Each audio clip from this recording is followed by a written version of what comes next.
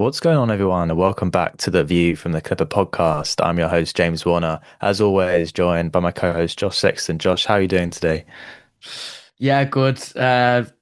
Just about recovered now, I think, from a disappointing end to another disappointing end to another mad Clippers season. Really, one that felt like it just went on forever. I think I'm just about in the recovery phase now. Like me and you kind of talk a little bit about the basketball and football crossover we have on these podcasts sometimes, but I don't think I've ever wanted two seasons of basketball and football to end quite as much. Like I've really enjoyed watching the NBA playoffs sort of without the Clippers being there, which is like just quite a sad reality of it, really, because I'd obviously way rather watch the Clippers there.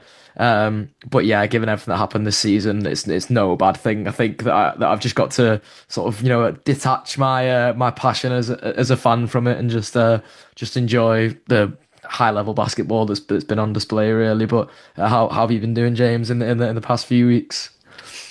It's been a grueling season of sports, Josh, and again, I don't want to cross over too much, but definitely for outside of basketball, obviously big Spurs fan, you're a big Liverpool fan. It's been a tough year for both our teams, but also for the Clippers as well. Just a season of disappointment, and I know we are probably 3 weeks on from when we last recorded the preview of the Warriors game, which we sort of touted as essentially a potential season-ending game. But I think both of us went into that with like a little bit of confidence. So we felt like the Clippers could beat the Warriors. We felt that they turned the corner earlier in the year. They'd obviously got off to that difficult start at the start of the season. And this is a team that the Clippers really have been beating for quite a while and felt like had the talent to do so, but unfortunately wasn't to be. And the Clippers actually ended up bowing out in what feels like now like Clipper fashion, which is the expectation gets built up and ultimately just can't get the job done. Ended up losing to the Warriors at Intuit Dome, 126-121. And that was obviously to then get into the opportunity to play, I think, what would have been the Phoenix Suns. And yeah, just couldn't get the job done. It was a very frustrating game, very disappointing game. And I think we'd been seeing performances like that in the games building up to it. And potentially we should have been a bit more worried about this game.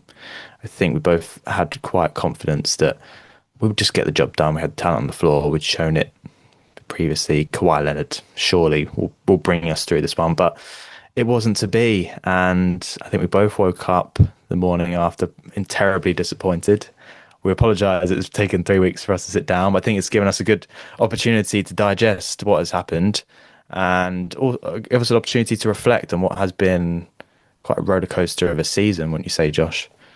Yeah, I think you've summed it up perfectly there, really. And we kind of spoke a little bit about almost the like intrusive thoughts back of your mind, kind of like worries you had about the Clippers team going into the season, and the way they go out only kind of like serves to feed into that even more. Listen, the Clippers had, some accentuating circumstances around the injury to Yannick Conan Niederhauser, even as Isaiah Jackson like not being fully healthy going into that game. I'm not even sure if he touched the floor in the end in that Warriors game, despite the fact that he was, healthy and sort of, slated to be available for that one in the end. It was just a brutal way for a pretty, brutal roller coaster of a season to end, as I mentioned before.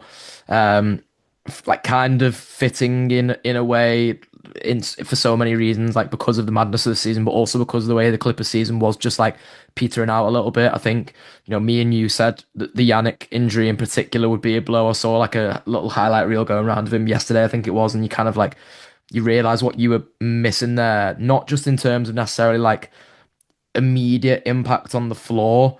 Because like Brook Lopez was still the starting center. I think that would have continued. Like Yannick would have only been coming off the bench, sort of at best, really. God knows how much we'd have seen of Isaiah Jackson over the latter part of the season. And Isaiah Jackson was really one of the bright sparks of that latter part of the season as things were petering out a little bit for the Clippers, really. But you could clearly see like the attributes that were there that Yannick could use in the playoffs. And one of those things was, rim protection. I'm not sure if that would have necessarily helped us as such against the Golden State Warriors. I wasn't really happy with how often G Santos was able to just like cruise to the rim. It felt like completely undeterred. But obviously, like, the Clippers were managing to still stem that tide, even though G Santos was getting to the rim at will, and Steph hadn't yet warmed up into the game. And like, it was probably the one game this season where, like, because I woke up for it live and watched it live, I was active in the Clippers UK group chat because I tend to kind of like stay away the next morning because I'll like watch the game back on repeat, so obviously to avoid spoilers. And then more often than not this season, because it's just been like a load of bad results for the Clippers, I've just kind of stayed away and talked because I'm like, I don't care to read much more like coverage of that game or whatever. But this was the one time where I was like, tweeting live with a couple of the guys from that UK community, and like me and Richard had kind of like called it like it was ominous really that Steph was kind of like, it seemed like he was going through a bit of pain. He went back to the locker room at one point, and I'm sure to just get some kind of painkillers to make sure he could get through that game. And then lo and behold, you got that Steph Curry performance, and you got Al Horford, 3-point barrage to go along with it. You got Draymond Green shutting down Kawhi, albeit like we can maybe come on to talk about it a little bit more. I don't know how much you want to analyze like the ins and outs of this game Mm, really, but I was disappointed in Kawhi as much as I was impressed by Draymond Green really, because I just think if you're a player who's at the level of Kawhi Leonard, you should find a way to get to a spot on the floor or find a way to get something going in the game. A little bit of, criticism for Ty Lue even within that as well, because if you're the head coach, you find a way to get your star player shots, and the fact that Kawhi just like wasn't able to shoot the ball at all, as good as Draymond Green is, still as a defender even to this day.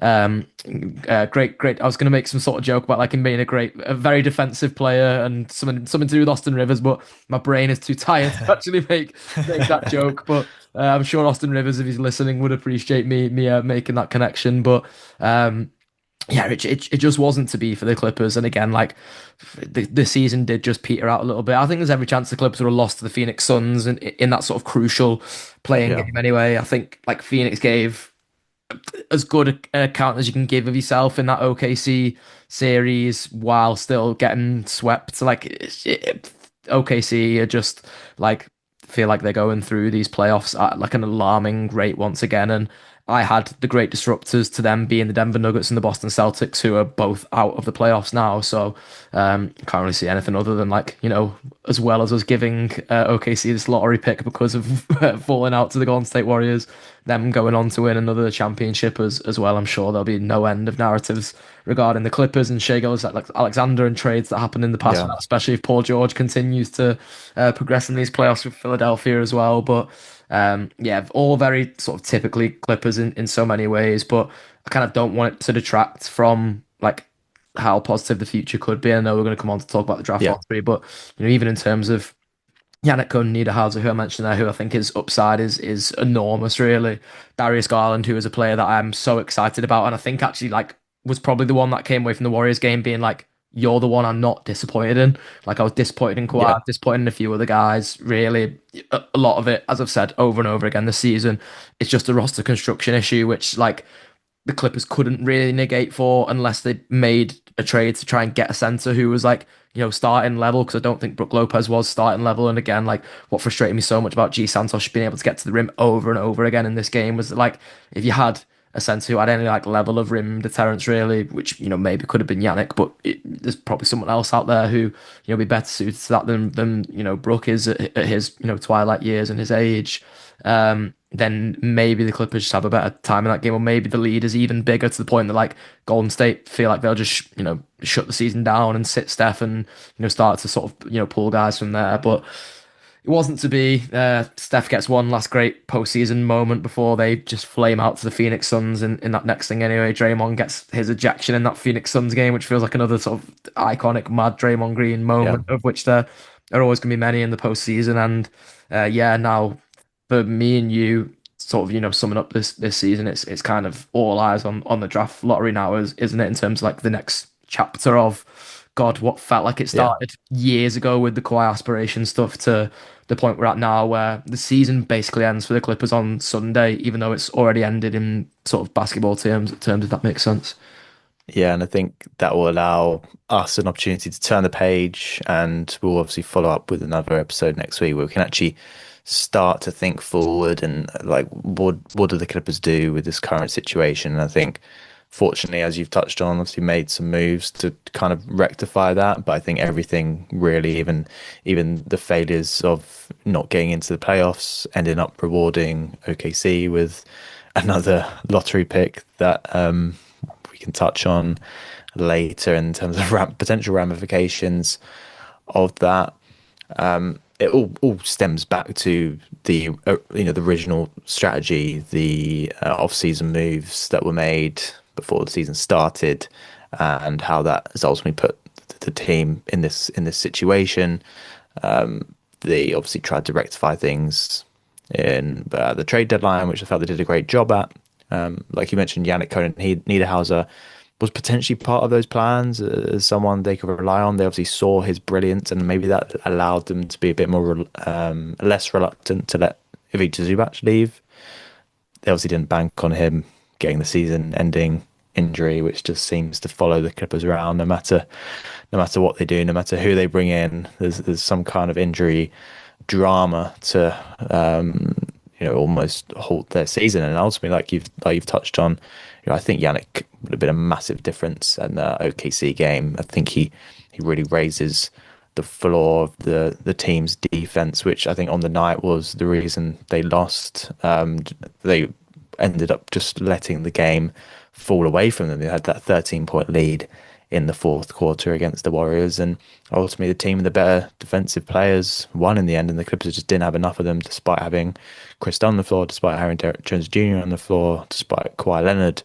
Outside of that, just nothing really. And I think even a few of those guys, Kawhi Leonard in particular, had obviously pretty poor games. I think Kawhi getting a bit frustrated with his matchup with Draymond. Obviously, 7 points in the second half as well. Just quite a shocking performance, really, and not something we've seen from Kawhi. I think I would argue this is probably one of Kawhi's better seasons, which is quite ironic in probably one of the worst that I can remember being a Clippers fan. Is to say that Kawhi has had his best career season here, probably not quite there, but at least in a Clipper uniform, in some in terms of some of the performances, the stretch of those performances, the amount of 20 plus point games that he recorded to sort of fall at the final hurdle. And yeah, again, the Clippers just can't escape that narrative of just falling at the very last moment. And I think in this case, and I don't know about you, but I don't remember on the last pod touching on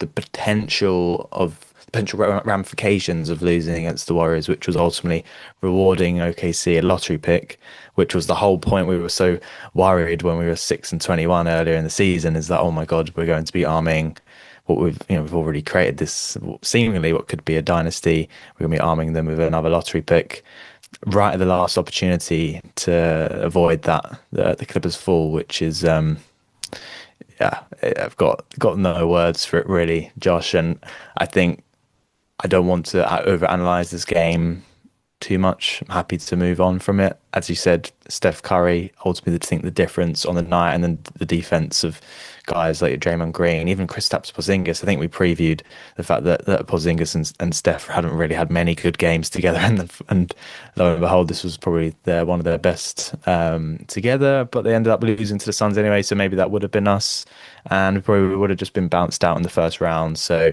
I think the overall cost of everything, and at least like the weight on my mind coming out of this season, is that lottery pick to OKC. But the Clippers made that trade a long time ago. They knew that this was a possibility, and I think fortunate enough we are coming out the other side. Also, we can talk a bit more about that next week, but definitely keen to look back at the season and just talk about what were the main standouts, but also like where are the shortfalls, and hopefully that will lead us into a bit of more positive light, because obviously the Clippers can have some positive news at the end of this week. But yeah, keen to get your overall thoughts on the season, Josh, and maybe even like taking it back to the off season, because I know we obviously recording around that time.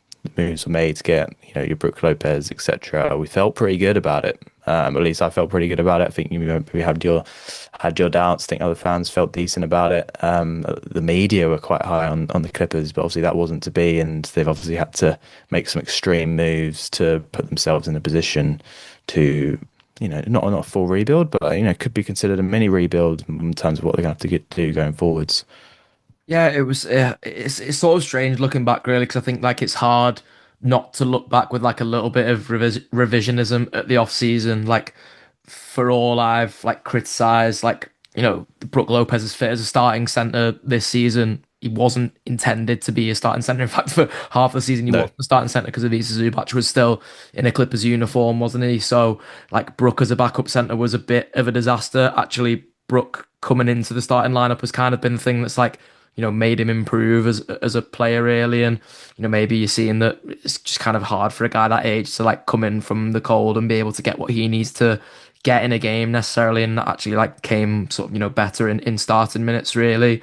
The Chris Paul thing was an unmitigated disaster, wasn't it, from start to finish? We thought he could come in and be like a leader of this organization in like minimal minutes. I know you Mhm. expressed concerns because I remember the podcast where we were talking about like if you're getting Bradley Beal, you maybe don't need Chris Paul, but I kind of didn't see Chris Paul as like having a role per se, whereas like I could envision what Bradley Beal could like do, contributing like basketball wise Yeah, to the team. For me, like I know it sounds mad because Chris Paul played like over 70 odd games for for the San Antonio Spurs last season, which is just crazy to think about now. Like the guy's retired, but he did like he played a load of games for that Spurs team last season. Was a real leader on that team, and I think like in a sort of room full of young guys with even a young coach. Because I think Mitch Johnson took over last season. I'm trying to sort of remember when Greg Popovich fell ill. I think Greg Popovich started the season, but then fell ill and yeah, Mitch Johnson took over. So yeah. like Chris Paul kind of works and maybe doesn't rub a lot of people up the wrong way in that kind of environment, but then he did in this Clippers environment ultimately, and the whole like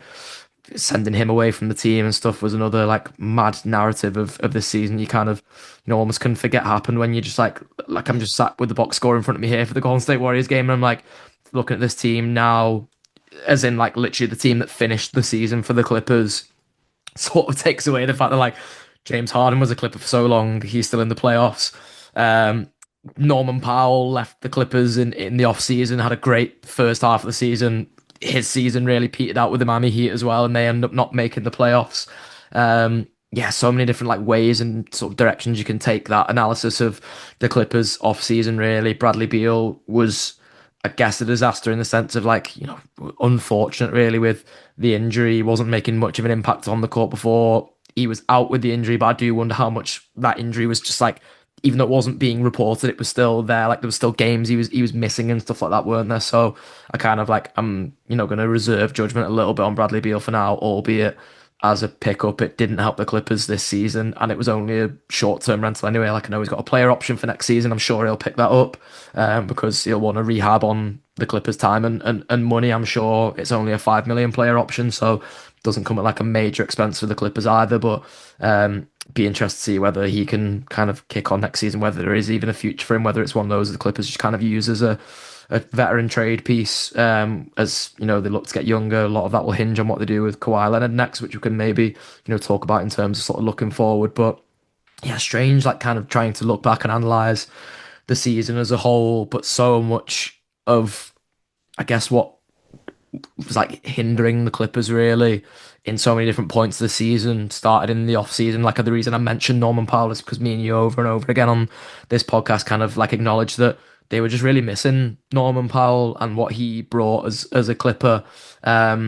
And like kind of ironic that it's ended up, maybe not finishing in the best way with him on the Miami Heat. And I don't know if the Miami Heat will pick up his contract going into next season because he's an unrestricted free agent. I think he probably lost a lot of money in that second half of the season, given how well he started the first half, like literally making it to the All-Star team and stuff. So it'd be really interesting to see, what the Clippers do next. John Collins was a great pickup. I think that's probably the one that's kind of flown under the radar because we think about all the like real veteran pickups. Yeah. John Collins is technically a veteran, but like, we talk about 40-year-old guys, just like a 27-year-old guy. John Collins Yeah. was a great pickup. The moves at the trade deadline, I think, just continue to look better with time, really. And like, I think if there's a Kawhi Leonard trade in the pipeline, the Clippers can get some good value for him.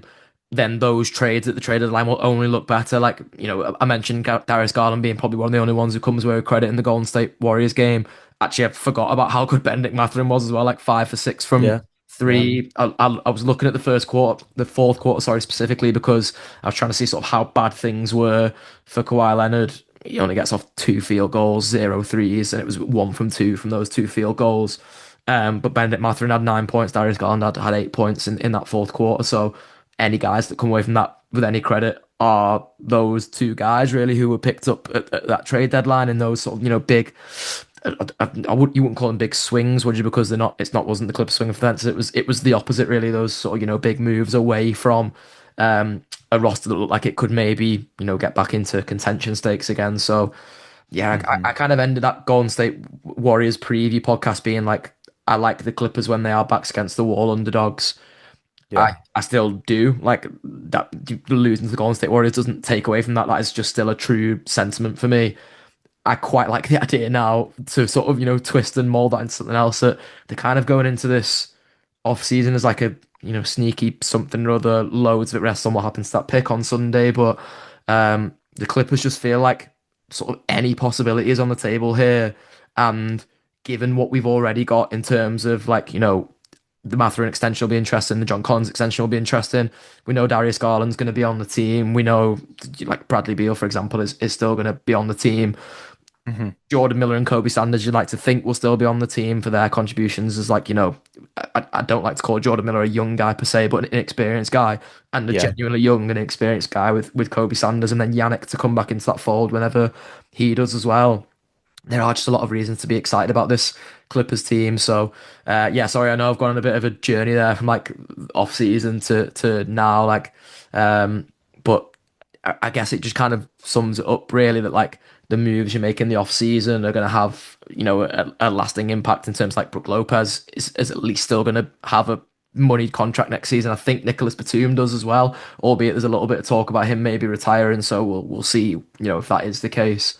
Um, Yeah. and then that Bradley Beal money, which I would presume is going to continue into next season as well. And the Brook Lopez pickup and the Bradley Beal ones are probably the ones you look at next season and being like, you two don't really fit what we're trying to do now. But yeah, who knows? All those reasons I said that those pickups were good last summer could still be the case next season. We'll just probably just have to wait and see for now. Yeah. Yeah, it feels crazy. Yeah. No, I think you've covered the narrative of the season perfectly, really, because I think, yeah, just thinking back to the past off season, it was clear the moves that the team made that they were just trying to maximize this like final window, and they've recognized it as a final window. They've known, and everybody has known that it's coming to the end. And if you look at the deals that even they were making, the deal they made with James Harden, the deal they've made with Kawhi Leonard, in terms of the short term nature, even moving off from Norm Powell, like it. At the front office have even commented on it to say, this is to give us that flexibility going forward. And that has clearly been the goal from the very start. It's let's maximize what we've got now. There's no reason to tank. We just need to win basketball games. And I think the second that the Clippers clearly weren't clicking as a team, they obviously recognised that the moves they had made were completely wrong. That started with obviously calling up Chris Paul in the middle of the night, which we all know our opinions on that was completely a horrible, wrong thing to do. And unfortunately, it's probably going to be the thing we remember this season for, in terms of how they treated one of their legends and icons of the franchise. But I think they started to set the tone. I was just gonna say, although like Chris Paul's story, like the level of pettiness after losing to the Warriors, I'd like, yeah, I don't even really know what to say about that. It made me feel like everything there was vindicated all of a sudden, really. Which, yeah, I mean, Yeah, I don't know what Chris is thinking there, really. no, no. Obviously, there are some just ill feelings between obviously what has happened, and yeah, I haven't got an opinion on it really. It's just like, the Clippers did him wrong. He clearly feels a way about it. We actually don't know what he's done. There could be something more there, but um, either way, the Clippers realized that was not a good fit. Like I said, like you mentioned earlier, I commented on the fact that I didn't think Bradley Beal and Chris Paul were good moves. Like I just don't think any of them were smart moves. Like Brook Lopez, fine, like as a backup center, but as the time went on, he didn't he wasn't that, and also he started the season terribly as a backup center. Like I thought at least we're getting Brook Lopez, who was the Milwaukee Bucks starting center, moving him to a backup role. Like easily got one of the best backup centers in the league. No, that is just not how the NBA works. Clearly, because I think Brook has been far better since he moved into that starting position, which can't really explain that. And I think, yeah, the John Collins move, something obviously the team have wanted to do for a long time. I think it's been broadly successful, but I think overall, like you can only compare the Clippers to what they did last year, and last year they were an unbelievable team without the ball. They were third ranked defense in the league. Their defensive rating dropped this year from they've got it in front of me, 110.3 to 116.1. They had even a net rating of 4.8 last year. That net rating dropped to 1.2.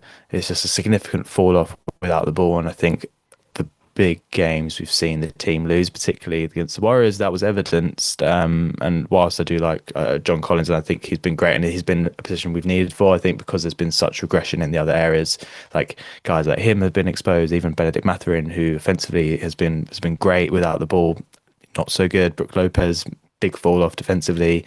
You lose Ivica Zubac, who's arguably one of your best defensive players in the off season, and yeah, I think it is like what you've mentioned. It has been that shift. The Clippers just got themselves into that massive hole early in the season, 6-21, and at that point, I think the Clippers did what they can to pull themselves out of it, and they did perfectly well. And think if you think about it, to come back from 6-21 to what ended up being a 15th consecutive season over 500, like that was just outstanding work from the team. And maybe the hole they dug was just too big to come out of. Maybe if they start half as bad, this is a playoff team, and we're not talking about this. And this has probably been a broadly successful season, but because the start was so bad, ultimately you're scrambling right at the end. But the team has also decided to rectify the previous moves, start teeing up for the future, and ultimately, we probably ended up with a slightly worse team than what we started with, because you lose James Harden, which was one of the key guys who ended up helping us get out of that hole in the first place. Right, you're replacing with a Darius Garland who's had his injury issues, been in and out of the lineup. You even had Benedict Mathurin going in and out of the lineup. And just Clippers couldn't find that consistency. I think if they started the season with this group, who knows, maybe this would have been a more successful season. But yeah, I think the Clippers have just paid the price for bad decisions in the off season, and have kind of sped up that window in terms of starting to make their moves, and they made good of what was quite a perilous situation. If you can remember, like this could have been a lot worse. The Clippers could have been deeper into that lottery selection this Sunday in terms of their own pick. The OKC Thunder may have had an even better chance of getting a real star in the draft, because the Clippers were just so bad at the start of the season. And props for the front office for making the right moves. Do I trust them to continue to make the right moves given what they did last off season? Remains to be seen. I think we can probably touch on that a bit more next week. I do want to think about maybe some of the good that we have seen this year, and I think one of those has been probably Chris Dunn, I'd say. And I know there's not been a lot going on in Clippers Twitter and in the media space over the last few weeks, but I think there's been a lot of reflection and a lot of appreciation for Chris Dunn. I've been seeing, and wanted to get your thoughts on Chris, Josh, because obviously he was a guy who came in last year, and as I mentioned, really set that tone in terms of allowing the Clippers to be a more defensive team with sort of the guidance of Jeff Van Gundy. Unfortunately, that fell away this year, but I thought he was the one guy who actually probably took a step forward from last year defensively, which is mental to think about, because the Clippers have just been a terrible defensive team last year. So yeah, what have you thought of Chris Dunn this season, and I guess what's next for him? Because I don't think the sort of awards for his defensive contributions have come out yet, but it's not far away, and we could maybe be seeing something which I think is well deserved. I actually think there was a, and whilst you're talking, I'll try and pull it up, but I think there was a player poll that came out today where he was rated really highly amongst the defensive players in the league. So I'll try and pull that up. But yeah, what were your thoughts on Chris Dunn this season? Yeah, like I love Chris Dunn, and I kind of like I tend to lump him and Derek Jones Jr. together, but I want people to know who listen and maybe like are on to that to know that like I do that with the best intention because like I love both of those guys, and Derek's season was stunted by injuries. I know he doesn't even like he plays like 2 minutes of that fourth quarter in the game against the Warriors because at that point like the Clippers didn't necessarily. I know it sounds mad to say because like that was something that came out away from them, but didn't necessarily need like just the defense of Derek Jones Jr. and Bennett Mathurin was shooting the ball so well that I can kind of understand that sacrifice being made. Chris Dunn made himself like undroppable, like even in that fourth quarter because his point of attack defense is at such an elite level. And when I say that like everything's on the table, I more mean that from like a business point of view from the Clippers, really like I don't actually know what the contract situations of Chris Dunn and Derek Jones Jr. are. I probably should have done a little bit more research on that going into this. But like they're guys I would just like to see stick around with the Clippers really because I think both of them do bring that defensive intensity. Derek Jones Jr. has shown like scoring chops on so many occasions when he's had to be called upon this season as well. Yeah, so Derek's got another 10 million going into next season. Chris Dunn's got what looks like a partially guaranteed 5 million. So I imagine Yeah. there's like some kind of thing there. It doesn't look like it's an option according to Basketball Reference, but yeah, like I would like to believe there's a world in which him and Derek Jones Jr. kind of stay with the team. When I mentioned about like Clippers maybe moving vets on before, I would be looking a little bit more at like Bradley Beal when he's healthy and Brook Lopez and guys like that maybe to sort of like make the new older identity of the team hinge a bit on guys like Derek Jones Jr. and Chris Dunn, who aren't necessarily old. Like Derek Jones Jr. is 29 years old, Chris Dunn at 32, but like having those guys sort of set the standards from the top that then like bleeds down so like into younger guys like that defense first mentality like really sort of burning through and the energy plays that guys like Derek Jones Jr. and Chris Dunn bring obviously like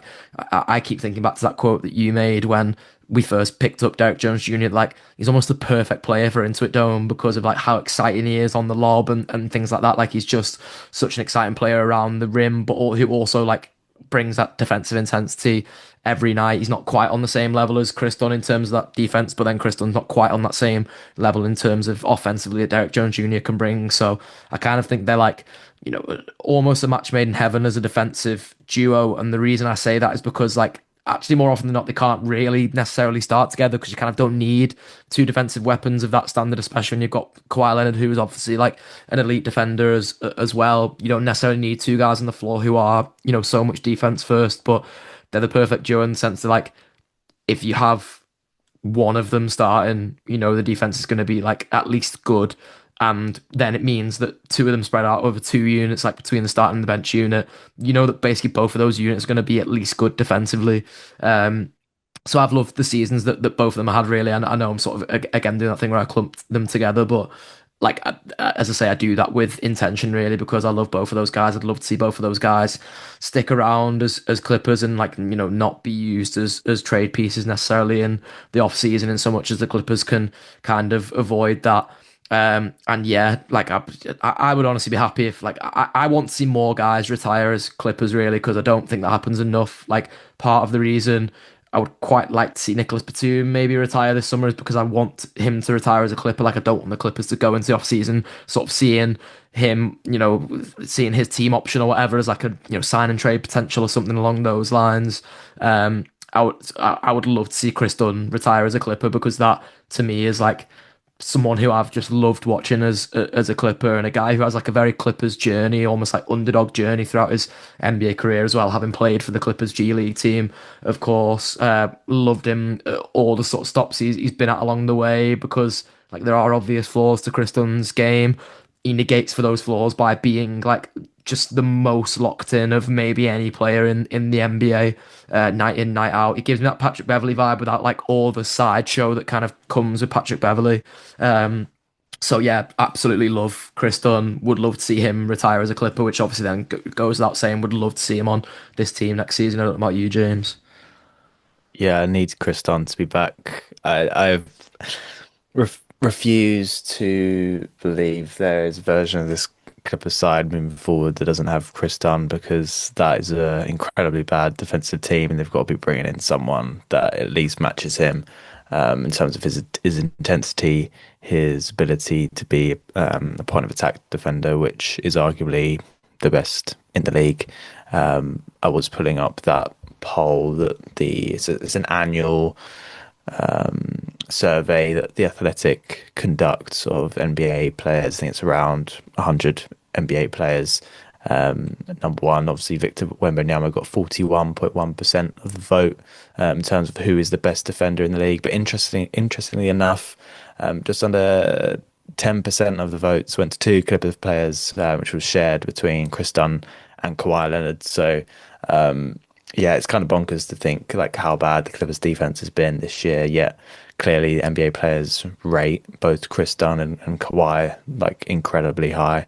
So I think so long as Kawhi continues on this team, like let's keep Chris Dunn around because you can definitely build around those. And I was just gonna say, by the way, have you seen on the most league's most underrated players part of that as well? Like it could almost pass you by. Like Chris Dunn is has got 2% of the vote alongside Kawhi Leonard, and then sneaking in even like a little bit below that, still like in the main part of the graph before they do the honorable mentions. Jordan Miller with 1.3%.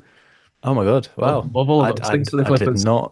I did not see that at all. Yeah, A yeah. shout out to Jordan Miller as well. That's also someone I wanted to talk about. Jordan Miller, Kobe Sanders, Yannick kind of Niederhauser, like those three guys gave the Clippers so much hope this year. Clipper fans, anybody following the team could see in that early segment of the season how much this team was dying out for some younger, more athletic talent, and those three guys brought it in abundance. I don't think any of us expected Yannick or even Kobe Sanders to touch the floor this season, especially given they were both drafted in the off season. The Clippers just don't have a history with doing that. You know, they've had guys like Cam Christie on the roster for a little while now, even Kobe Brown, who's no longer on the team. They just don't have a history of bringing in those younger players, but obviously found themselves in a position where they had no other choice. And honestly, props to those three guys because they stepped up tremendously and I think have absolutely earned roster spots for next season. It'll be interesting to see what they do with Jordan Miller because I think, as you mentioned, like he's not really like a young player anymore, but he is in terms of his NBA experience. But I think he's been a tremendous option. I think the way the NBA is today in terms of the business, in terms of the CBA, like guys like Jordan Miller and the two rookies and Yannick and Kobe are tremendously high value. I think OKC Thunder are benefiting from that massively because of the kind of rosters they can construct because they have guys on these more junior contracts that still fairly inexperienced, but they're incredibly talented. And I do see that for all three. I probably see it more for Kobe and Yannick really in terms of their ceilings, and they're going to have really favorable contracts for the Clippers and in such an important time. And we can definitely touch on this next week in terms of this sort of mini rebuild from I think what Lawrence Frank was quoted in his end of season presser. They're trying to go from a competitive team to contender. Like these are guys that I think you can contend with and going to be really valuable for the roster and has probably been like if I can think of the one other thing other than maybe Chris Dunn this year that is probably the thing that I would like take away from the season as being like a shining light is just how good they've been and like we're going to get the opportunity to just watch them develop over the next few seasons and just hope that the team don't do anything silly in terms of packaging them up for some aging vet because I think we all deserve to see them develop and I think they fit like the Clippers culture perfectly in terms of who they are as people, but also the way they are on the court in terms of their work ethic. I can really just see the value of keeping those three around, and it would be a real shame if they do something silly next year. And here's probably me predicting something without thinking, but those guys have been tremendously impressed with, and keen to get your thoughts on them as well, Josh. Yeah, absolutely. Like they're two things that you feel like you can kind of they're not like necessarily cornerstones of the franchise going forward. Because I mean, like we're still going to come on to talk about this, but there's every chance the Clippers end up with a number five pick in what is like a generational looking draft this summer. So that's kind of like a thing Yeah. you could say is like a franchise cornerstone going forward. Of course, Darius Garland is going to be that as well, but Jordan Miller and Kobe Sanders are exactly the kind of role players that are like so good to have around the place, and that I actually think like both of their ceilings are kind of like almost just a bit above role players as well, as in like Yeah. genuinely good level NBA player. I think is like well in the futures for both of them. Yes, it's a little bit of like a maybe a late peak for Jordan Miller, almost like a la Terrence Mann. Although I don't think Terrence Mann ever necessarily realized the potential that like I thought he had at one stage, but. Jordan Miller has more offensive weapons than Terrence Mann. It feels like the defensive side of his game is kind of like improved to the point that it's not like a negative factor really now. And I know Tyronn Lue has been like, at pains to point that out this season as well. For Kobe, like the defensive assignments that he's taken on throughout the course of the season, his ability as like a three level scorer, really. Like it's not to say that like I think he's like a finished article in terms of scoring by any stretch of the imagination. Like there's definitely been games this season where Kobe has played minutes and I've been a little bit disappointed by like how much or how little of a scoring injection he's been able to give the Clippers. But he has ability at all three levels of the offense that I think like is something the Clippers can continue to hone over the years, and especially the Clippers leaning more towards like a younger roster now. Again, if that number five pick does come in, or if it falls between 5 and 9 in general, then I think the Clippers should be like absolutely all in on guys like Jordan Miller and Kobe Sanders. And really, even if the pick doesn't, and it conveys to, is it 2031? I think it is. Then the Clippers should still look at guys like Jordan Miller and Kobe Sanders as like guys who have loads of potential upside over the next few years. The roster construction, I think, becomes a lot different then, really. Like if the pick doesn't convey for this season, but that's not to say like the Clippers still shouldn't be leaning a little bit young, still shouldn't be thinking about what the value of Kawhi Leonard is on the market, for example, and whether you could get a couple of really good young players for Kawhi Leonard, but. Speaking of a couple of really good young players, you already have a couple there, and yeah, similar to you, I would hate to see those guys off the team going into next season because there are also like parts of this Clippers team that you're like falling in love with now and seeing some identity in, and those guys are absolutely a part of that. Yeah, and I think that's a perfect segue into previewing this draft lottery, really. And I don't know about you, Josh, but I'm absolutely ready to turn a page on this season because it's been a bit crazy, and I hope we don't have to go through something like this again because I think my patience as a Clippers fan was really tested this season. But I think there are positive things to come, and that starts on Sunday with the draft lottery. I think just obviously to remind people, obviously, if you weren't aware, Clippers traded center Ivica Zubac to the Pacers. Obviously got back Benedict Mathurin, Serge Jackson, but also got two first round picks. One of those first rounders is for this year, and it's protected between number one and number four. And therefore, if the Pacers pick lands between 5 and 9, then the pick will go to the Clippers this season. If not, as you mentioned, we'll move to 2031.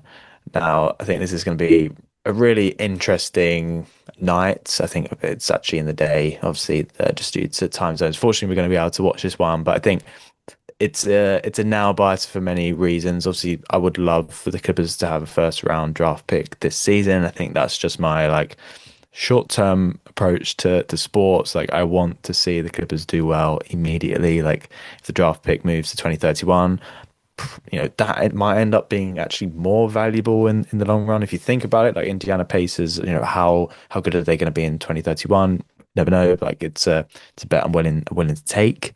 But I want the Clippers to do well now. I want to see a young, athletic, promising player come join this Clippers side because we haven't really had that with the Clippers for many seasons. Obviously, the last one for any similarity was Shai Gilgeous-Alexander, who's obviously gone on to become arguably the best player in the NBA. So, really excited to see if that will happen. Obviously, unfortunately, Indiana second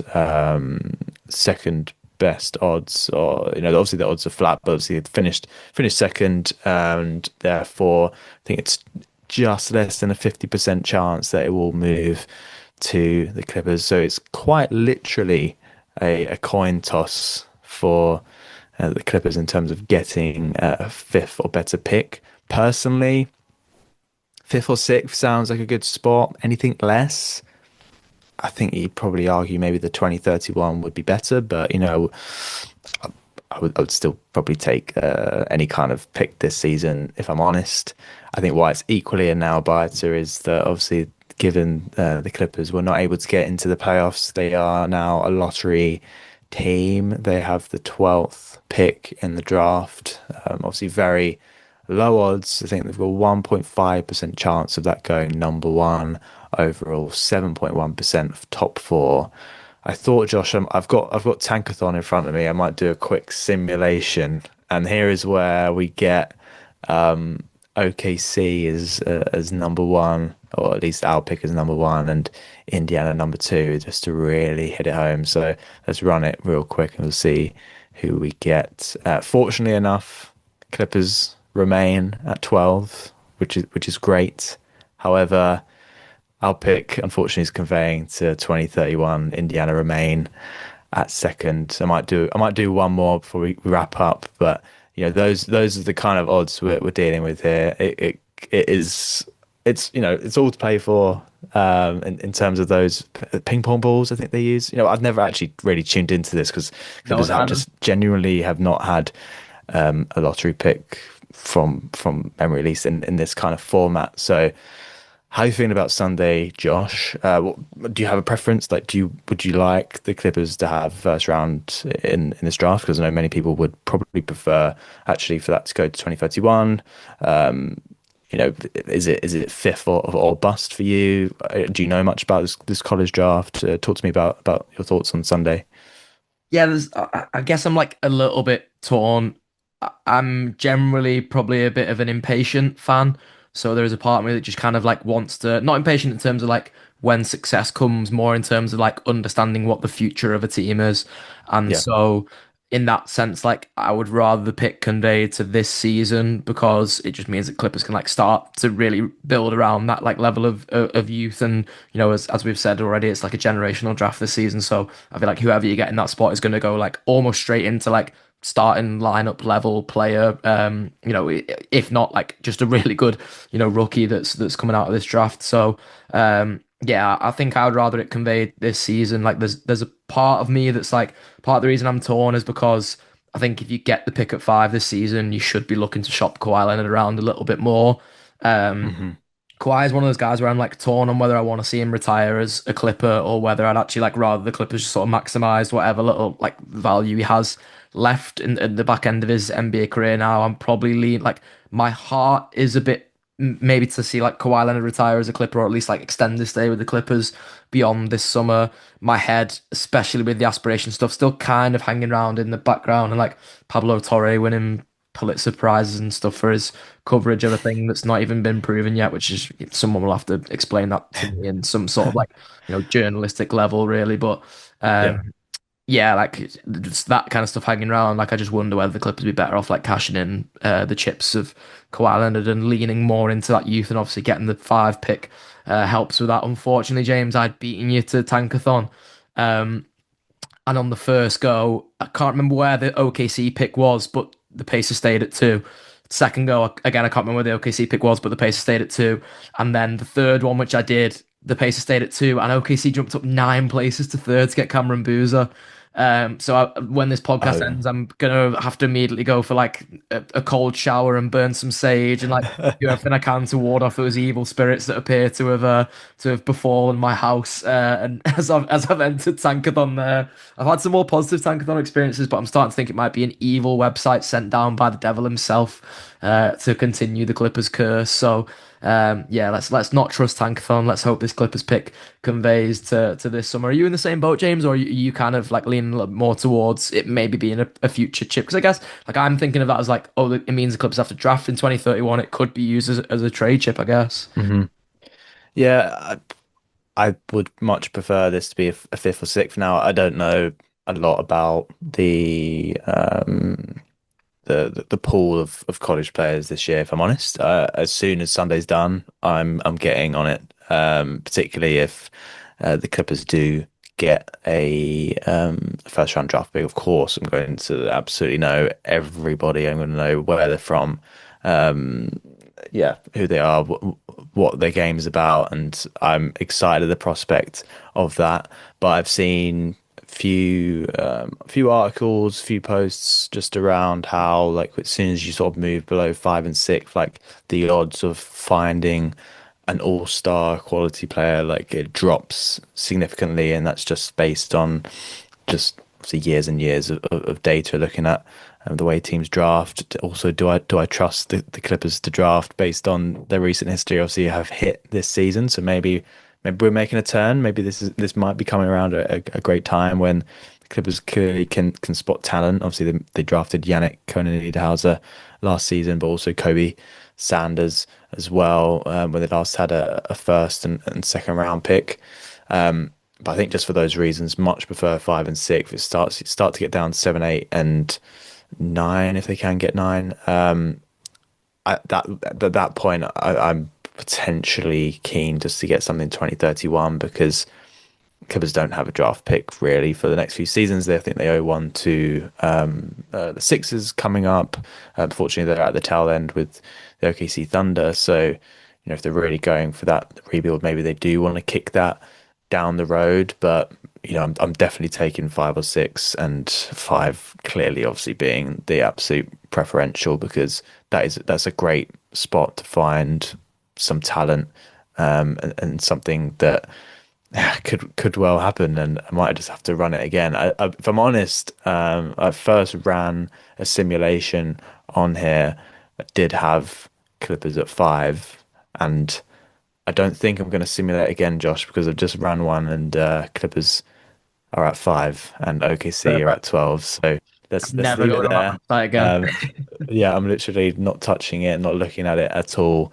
Got 4 days until the lottery. I think it's 8 o'clock UK time on Sunday. We'll certainly be tuning in. I don't really have any rituals, but I do like the idea of burning some sage. That's kind of like Kyrie levels of rituals. I've got some time for that actually, but yeah, it's exciting, and I think like I mentioned earlier in the pod, I think it's a perfect time for us to sort of roll the page on this season and start to look forward. And if we're armed with potentially a top 5 pick, then this makes the future seem even brighter, even sweeter, and we can really start to dive in who the Clippers can take with that pick. But yeah, it's now just the anxious wait. I will just say, and I'm not. This is not trying to jinx anything at all.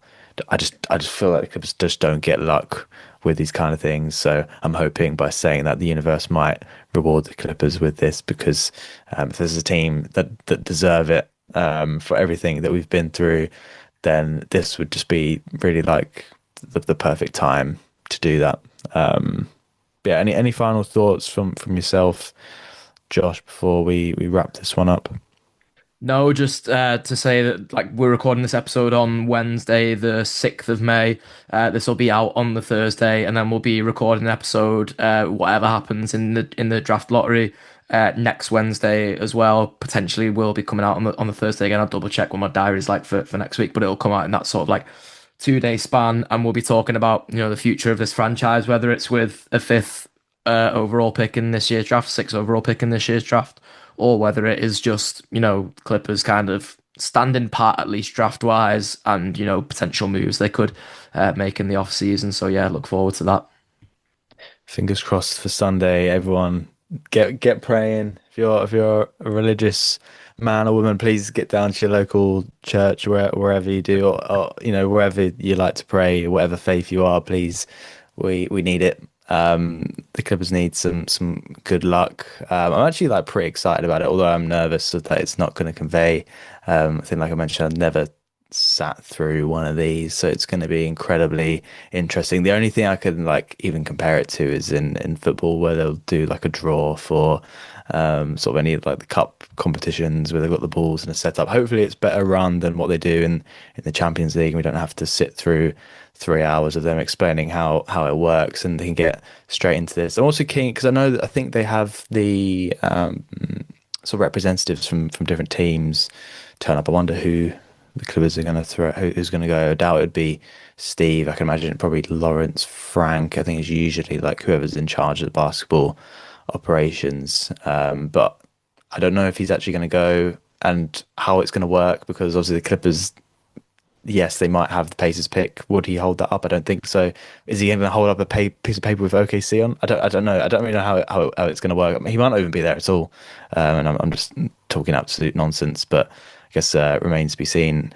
Probably because OKC have literally got the 12th pick from the Clippers. I imagine Sam Presti's going to be there, and I think the worst thing I could think of is him sort of celebrating a great pick. That's going to really hit hard. And now I'm starting to worry myself against Sunday. So let's leave it here. Good vibes only. We're not touching Tankathon again.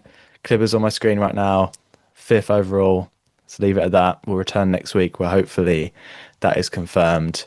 I've enjoyed this one, Josh. I appreciate it's been a few weeks. Good to sort of just get everything out about this season. And yeah, looking forward to next week talking about how the Clippers go get better from here. What moves they make? Does that involve Kawhi Leonard?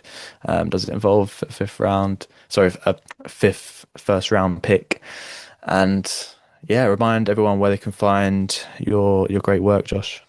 Yeah, at jsexton24 across all socials, crossover the pond podcast, general NBA chat, of course, still going strong in the playoffs, looking ahead at the second round in the most recent episode. So yeah, I appreciate if people go over and listen to that and share it if you like it and all those good things. And of course, doing the same with this episode as well, because it massively helps out me and James in terms of, continuing to do this and continuing to enjoy this time chopping it up with the Clippers, chopping it up about the Clippers with each other, I should say. Yeah, absolutely, man. And although it's been a tough season, I've really enjoyed jumping on here every week and looking forward to doing that over the off season, and looking forward to another season of Clippers. So thanks again, everyone, for listening and watching wherever you've tuned in. And yeah, go Clips, go.